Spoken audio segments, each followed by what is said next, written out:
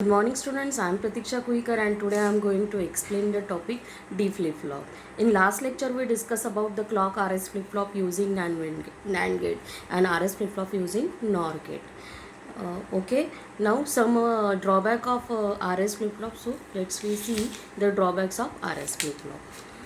The drawback of RS flip-flop is that the two separate inputs, that is R and S, required to set or reset the flip-flop. That means the combination of input where S equals to 1 and R equals to 1, then only the R equals to 0, then only the flip-flop is set. Or when S equals to 0 and R equals to 1, then the flip-flop is reset. That means we have to change the two inputs, then you will get the set or reset the output. Then second drawback is that when R equals to 1 and S equals to 1 at the same time, then uncertain condition is occur. We can say also a not allowed condition or indeterminate state. Why? Because in that state your output is not proper, your output is the same, that is the Q equals to 1 and Q bar equals to 1, and it is not possible. That's why we called it as the not allowed condition. Therefore totally this stage is the wasted stage. So therefore the clock RS flip-flop can be modified to better version called the D flip-flop to remove the stages. That is to overcome the drawback of the RS flip-flop, we can design the D flip-flop. In D flip-flop, it possesses only the one data input where the inverter is placed between the two inputs, that is between the S and R. That's why in at the same time both S and R not becoming the 1 or not becoming the 0. It is the symbol of D flip-flop. D flip-flop is also called as the latch flip-flop and the delay flip-flop. So in D flip-flop, the same in the same NOR gate, RS NOR gate, we can construct only by introducing the NOT gate. Now we will see the working of D flip-flop. Now we will see the working of D flip-flop. In D flip-flop, these two AND gates are used for the clock purpose, and that S and R inputs are joined together by using the inverter. Okay, and it is the D input, this is the slide S and R input. Okay, so first let's see when clock equals to 0. When clock equals to 0 and it is the AND gate, you know that when one of the input is AND gate is 0, your output is 0. So when clock equals to 0, irrespective of D condition, D कुछ भी रहे, D 1 रहे या 0 रहे, your AND gate क्या हो जाएंगे, दोनों भी 0. Upper and lower AND gate becoming the 0. That's why you will get S equals to 0 and R equals to 0, and you know that when S equals to 0 and R equals to 0 there is the no change in the flip-flop. flip-flop में change नहीं होता, उसकी जो previous state थे वही state रहती है. ठीक है. Now we will see the second condition when clock equals to 1. When clock equals to 1 then we will change the D. Okay, when clock equals to 1 and D equals to 1, your upper AND gate is enable, because enable where two inputs are 1 1 1. So you will get the S equals to 1.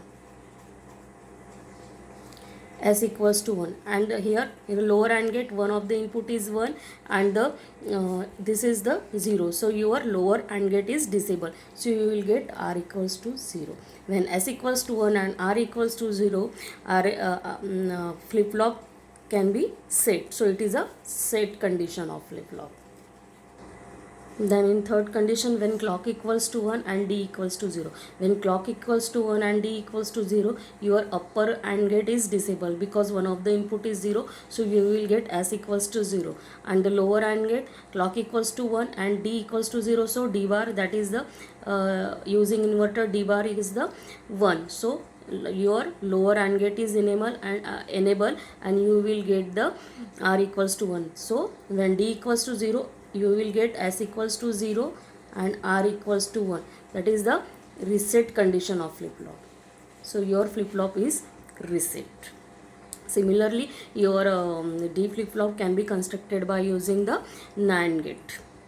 Okay, so in this working we conclude that when clock equals to 0, you will get the no change. As long as the clock equals to 0, you will get the no change, and when clock equals to 1, your output output changes with the D. That means when D equals to 1, your output is set. When D equals to 0, your output is reset. So we can conclude that when clock is high, your D equals to Q. That means Q inputs is changes with the D inputs.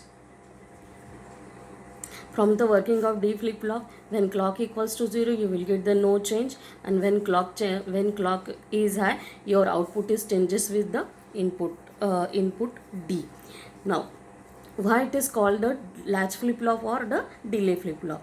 It is called the latch flip flop. Why? Because when clock equals to low, D is in the don't care condition. यानी D कुछ भी रहे, 0 रहे या 1 रहे, you will get the no change condition. That means their data is not changes, and since data is not changes, that means data is remains locked in that circuit particular. So as long as the clock remains low, your data does not changes, and it is locked. So we call it as the D flip flop is the latch flip flop or the lock flip flop. And secondly, it is also called as the delay flip flop. Why? Because when clock equals to 0, data does not changes. That means it not transfer. So your the action of D flip flop is delayed by the 1 clock cycle. That's why we call it as the delay. So this delay flip flop are also used to introduce the delay in the particular circuit. So it is one of the application of D flip flop. It is used as the latch, or it is used to introduce the delay in particular circuit. So this was the explanation of the D flip flop using NAND gate or the NOR gate. I hope this video will help you to understand the topic D flip flop. Students, अगर आपको ये video अच्छा लगता है, इसको like या subscribe करना ना भूलें. Thank you for the watching. Have a great time.